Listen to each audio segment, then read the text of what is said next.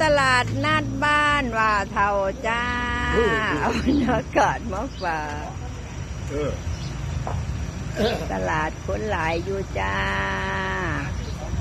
จ้าไปเอากล้องไปส่งไปให้ลูกน้ำแน่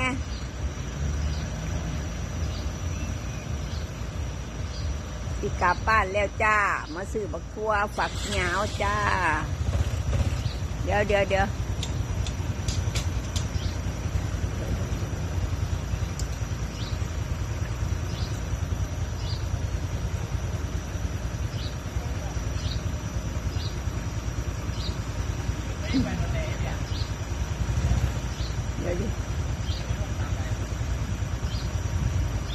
ใช่ผมมีสิบก้อน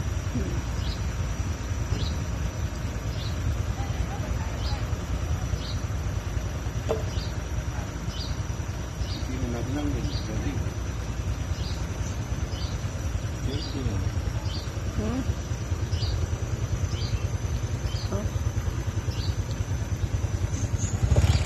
ดี๋ยวดิ